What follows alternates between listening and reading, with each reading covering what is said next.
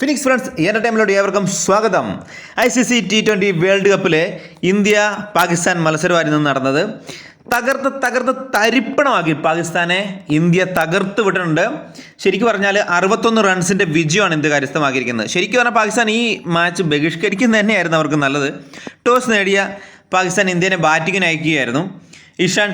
ടീമിൽ 2 മാറ്റങ്ങളുണ്ട്. ഇഷാൻ കിഷാൻ, അഭിഷേക് ശർമ്മ, തിലക് വർമ്മ, സൂര്യകുമാർ യാദവ്, ഹാർദിക് പാണ്ഡെ, ശിവം ദുബെ, റിങ്കു സിംഗ്, അക്സർ പട്ടേൽ, കുൽദീപ് യാദവ്, വരുൺ ചക്രവർത്തി, ജസ്പ്രീത് ബുംറ.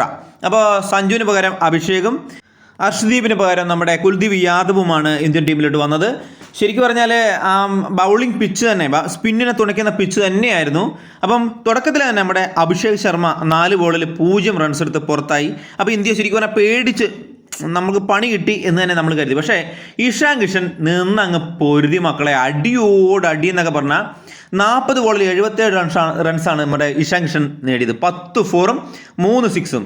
തിലക് വർമ്മ വന്ന് നമ്മുടെ ഇഷാൻ കിഷന് നല്ല പിന്തുണയാണ് കൊടുത്തത്. 24 ബോളിൽ 25 റൺസ്, മെല്ലപ്പോക്കായിരുന്നു.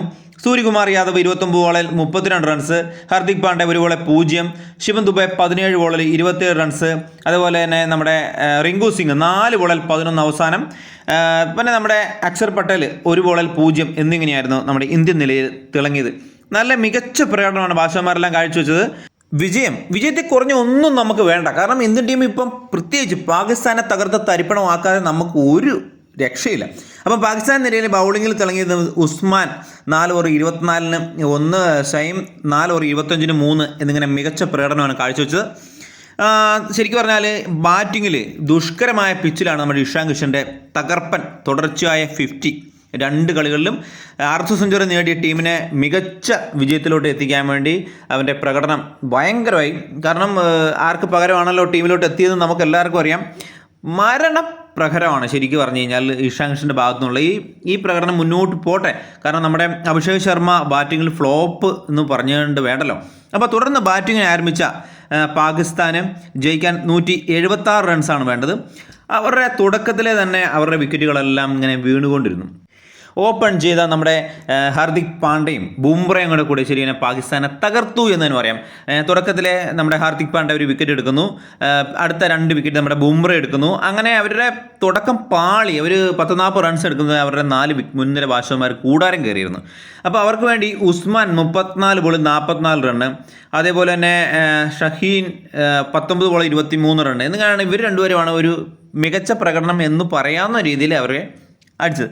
അങ്ങനെ പാകിസ്ഥാൻ 18 ഓവറിൽ 114 റൺസിന് ഓൾ ഔട്ട് ആകുകയായിരുന്നു. അങ്ങനെ ഇന്ത്യ 61 റൺസിൻ്റെ വിജയമാണ് ഇന്ത്യ കരസ്ഥമാക്കിയിരിക്കുന്നത്. കളിച്ച 3 കളിയും വിജയിച്ച് 6 പോയിൻറ്റോടെ സൂപ്പർ 8-ൽ ഇന്ത്യ എത്തിയിട്ടുണ്ട്. ഇന്ത്യക്ക് ഇനി ഒരു കളിയും കൂടെ ഉണ്ട്. പാകിസ്ഥാൻ്റെ നില കുറച്ച് പരിങ്ങലിലായിട്ടുണ്ട്. കാരണം പാകിസ്ഥാൻ കളിച്ച 3 കളികളിൽ 2 വിജയിച്ച് ഇപ്പം 3-ാം സ്ഥാനത്താണുള്ളത്. അടുത്ത കളി പാകിസ്ഥാൻ നമീബിയക്കെതിരെയാണ്. തോറ്റു കഴിഞ്ഞാൽ പണി കിട്ടും. USA സൂപ്പർ 8-ൽ കടക്കും. നമീബിയ ആയതുകൊണ്ട് പാകിസ്ഥാൻ ജയിച്ചു വരും. അങ്ങനെ ജയിച്ചു വരട്ടെ. നമുക്കിനിയും സെമിയോ അല്ല ഫൈനലിൽ നമുക്ക് കാണാം, ഏറ്റുമുട്ടാം. അപ്പോൾ വീഡിയോ ഇഷ്ടപ്പെട്ട് കഴിഞ്ഞാൽ ഒന്ന് ലൈക്ക് ചെയ്യുന്ന കാര്യം, ഷെയർ ചെയ്യുന്ന കാര്യം ഒന്ന് പരിഗണിക്കണേ. സബ്സ്ക്രൈബ് ചെയ്യാത്തവരാണ് കൂടുതൽ സബ്സ്ക്രൈബ് ചെയ്ത് ഒന്ന് സപ്പോർട്ട് ചെയ്യണം. നിങ്ങളുടെ വിലയേറിയ അഭിപ്രായങ്ങൾ എന്താണെങ്കിലും കമൻറ്റായിട്ട് അറിയിക്കണേ. മറ്റൊരു വീഡിയോ